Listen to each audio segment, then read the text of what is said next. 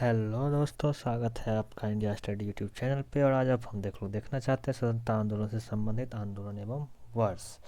तो जहाँ तक बता दें आपको, स्वतंत्रता आंदोलन का पहला आंदोलन था बंग आंदोलन, जिसे स्वदेशी आंदोलन के नाम से जाना जाता था, जो 1905 ईस्वी में हुआ था। स्वदेशी आंदोलन विशेषकर उस आंदोलन को कहते हैं जो बंग के विरोध में न केवल बंगाल बल्कि पूरे ब्रिटिश भारत में चला।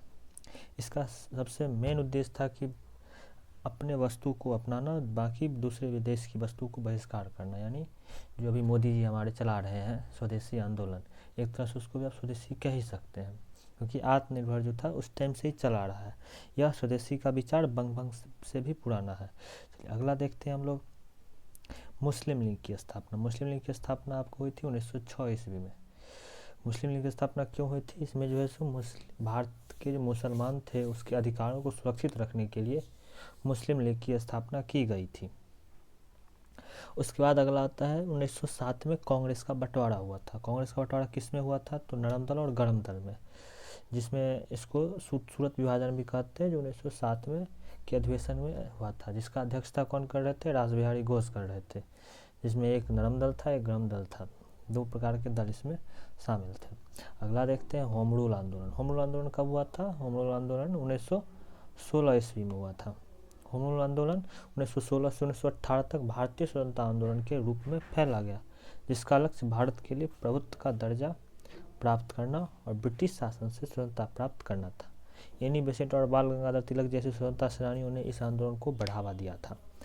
तो इसको होम रूल आंदोलन, जिसमें बहुत सारे मैगजीन के थ्रू सारा चीज़ फैलाया गया था पूरा चेक, जिसमें एनी बेसेंट साउथ इंडिया से कर रही थी और ये बंगाल से कर रहे थे। उसके बाद आता हमारा लखनऊ पैक्ट। लखनऊ पैक्ट 1916 में हुआ था। लखनऊ पैक्ट में इसमें जो है सो दो प्रमुख राजनीति, जैसे भारतीय राष्ट्रीय कांग्रेस और अखिल भारतीय मुस्लिम लीग, इसमें दोनों की बीच एक महत्वपूर्ण समझौता था।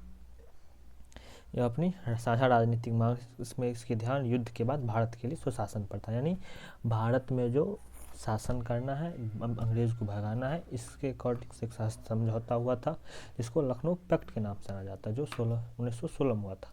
उसके बाद आते दोस्तों हमारा होता है मार्टेंगू घोषणा। मार्टेंगू घोषणा 20 अगस्त 1917 को हुआ था। ये क्या चीज़ है ये देखते हैं। तो भारत सचिव लॉर्ड मॉन्टेग्यू, भारत का सचिव जो था उस टाइम में लॉर्ड मॉन्टेग्यू द्वारा 20 अगस्त 1917 को ब्रिटेन की कॉमन सभा में एक प्रस्ताव पढ़ा गया, जिसमें भारत की प्रशासन की हर शाखा में भारतीयों को अधिक प्रतिनिधित्व देने की बात कही थी। इसे मॉन्टेग्यू घोषणा कहा था।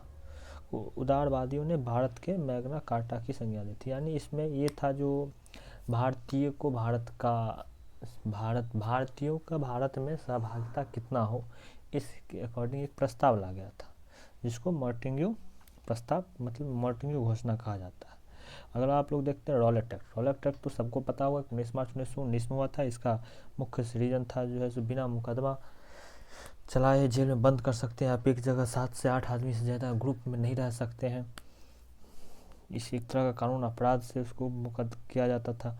राजद्रोह का मुकदमा भी इसी में सुनवाई के लिए उसका अलग न्यायालय में जगह स्थापना किया गया।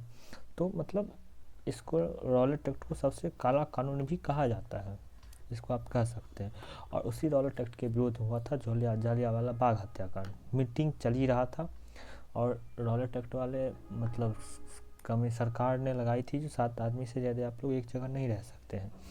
तो उसी एवज में मीटिंग कर रहे थे भारत के स्वतंत्रता सेनानी अमृतसर स्वर्ण मंदिर के पास, जो 13 अप्रैल 1919 को था। और उसमें जनरल डायर जो था वो अंधाधुंध निहत्थे भारतीयों पर गोली चलवाई, और उस टाइम का सबसे बड़ा घटना माना जाता था जालियांवाला बाग हत्याकांड। अगला देखते हैं खिलाफत आंदोलन। खिलाफत आंदोलन 1919 में हुआ था। इसमें भारत के मुसलमानों द्वारा चलाया गया राजनीतिक धर्म आंदोलन था। यह आंदोलन का उद्देश्य इस्लाम के खिलाफ माने जाने वाले तुर्की के खिलाफ, यानी उस टाइम में भी अंग्रेज का शासन भी तुर्क में ही चल रहा था, लेकिन वहाँ पे ये था कि इस्लाम धर्म वहाँ पिता था कि मुस्लिम मतलब अंग्रेज को अपना वहाँ पर हुकूमत चला नहीं पा रहा था।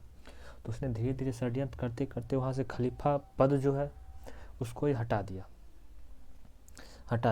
उस जिस वजह से भारत में खिलाफत आंदोलन शुरू हो गया था। ये पूरे विश्व में हुआ था, लेकिन खिलाफत आंदोलन भारत में शुरू हुआ था। तो चलिए दोस्तों, आज का इतना ही। फिर मिलते हैं किसी अगले इससे आगे की टॉपिक पे। तब तक के लिए बने रहें। धन्यवाद।